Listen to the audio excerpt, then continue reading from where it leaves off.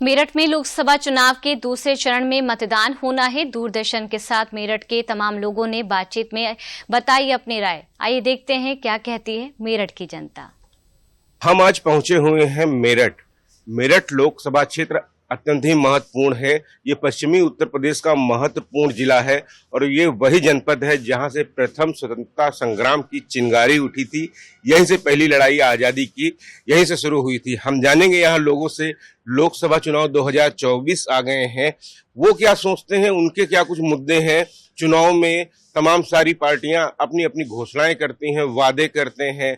जनता क्या सोचती है, आम लोग क्या सोचते हैं, लोगों से जानेंगे। किस तरीके से देखते हैं जब चुनाव आते हैं तो ढेर सारे वादे किए जाते हैं, कितने महत्वपूर्ण, किस तरीके से खास लगते हैं आप? तो पहले ये कहना चाहूंगी कि ये बिल्कुल सही बात है कि जब चुनाव आते हैं तो सभी लोग बहुत सारे वादे करते हैं, लेकिन हम ये कहना चाहेंगे कि यहाँ से हमें जितना सपोर्ट इस सरकार ने दिया है, जो प्लेटफॉर्म हमें इस सरकार ने दिया है, हम यहाँ रह के आज ये सोच पा रहे हैं कि किस तरह से फार्मर प्रोड्यूसर ऑर्गेनाइजेशंस को हम ये प्लेटफॉर्म दे सकें, किस तरह से सेल्फ हेल्प ग्रुप्स को हम ये प्लेटफॉर्म दे सकें। सिर्फ स्टार्टअप्स को ही नहीं, इस बिजनेस को कैसे इन ग्रामीण लोगों को इकट्ठा करके एक यहाँ से बिजनेस शुरू कर सकें।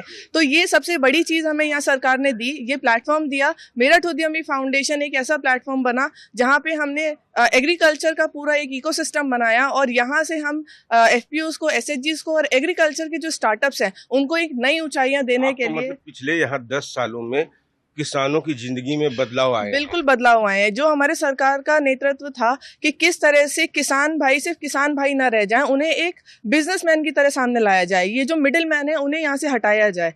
हमने यहाँ पे रह के सरकार की मदद से इतना कुछ हमें यहाँ पे मिला, ये प्लेटफॉर्म मिला जिसे हम इस तरह से बना पाए कि फार्मर प्रोड्यूसर ऑर्गेनाइजेशंस को हम एक बिजनेस की तरह आगे लेके जा रहे हैं, सेल्फ हेल्प ग्रुप्स को हम एक बिजनेस वुमेन की तरह आगे लेके चल रहे हैं। तो ये आसान काम नहीं था, ये सरकार का ही नेतृत्व था, सरकार का ही सपोर्ट था, जिसकी वजह से हम ये सब कुछ आज यहाँ मेरठ जैसी जगह से शुरू कर पाए और इन्हें एक नई ऊंचाइयों तक पहुँचा पाए। सरकार का था कि हम रोजगार देंगे। राज्य सरकार ने इतनी सारी पॉलिसी ला दी और इतनी सारी इम्प्लीमेंटेशन लाए हैं स्टार्टअप्स के लिए कि अब वो इस लायक हो गए कि नई नौकरी बना सकते हैं, खुद नौकरी लेना नहीं चाहते कोई इसमें। तो ये सपोर्ट मुझे सरकार से बहुत ज्यादा मिला और चाहूंगा कि ऐसे सपोर्ट आगे में मिलते रहे। उसमें ऐसे ही सपोर्ट बरकरार रहे, आपको लगता है? मेरठ को तो बहुत करीब से जानते हैं। देखिए, मेरठ जो क्षेत्र रहा है, मेरठ का जो क्षेत्र है वह जरायम की दुनिया का केंद्र रहा है और जब से ये जो है सरकारें आई हैं तब से यहाँ पर जो है जरायम का बिल्कुल नामो निशान सा मिट चुका है।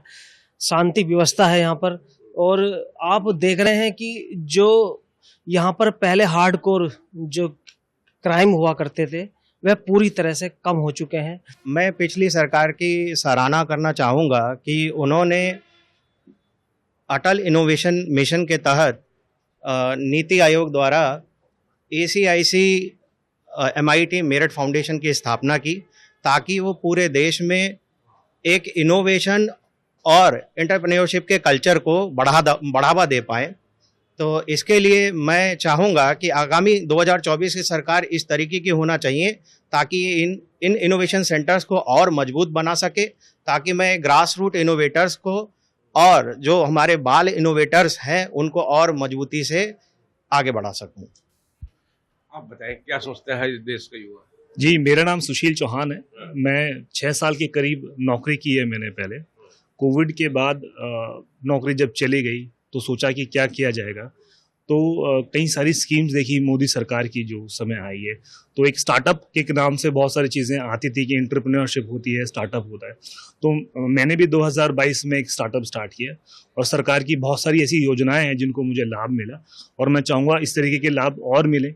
स्टार्टअप्स के लिए फंड्स की अगर हम बात करें, वो भी फंड सरकार हमको प्रोवाइड कराती है और कहीं से और अलग अलग तरीके की नीतियां हैं जो कि आप एक जो आज का युवा है जो अब ये नौकरी तलाश नहीं रहा, नौकरी देने में महिलाओं की पसंद हम देख रहे हैं।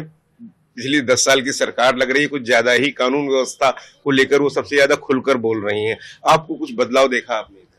और नारी सशक्तिकरण को बहुत उत्साह से आगे लेकर गए हैं हम लोग।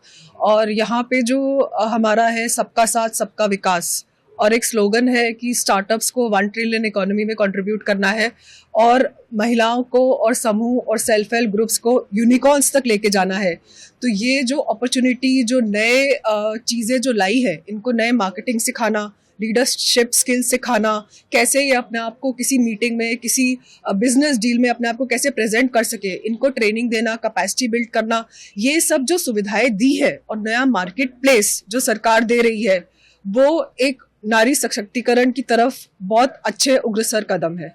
चुनाव आया है अब की बार 400 पार तो कहते ही हैं, पर हम तो कह रहे हैं 450 पार हो, क्योंकि जो चमत्कार इस सरकार में हमें दिखा है वो आज तक इतनी उम्र में हमें नहीं देखने को मिला है।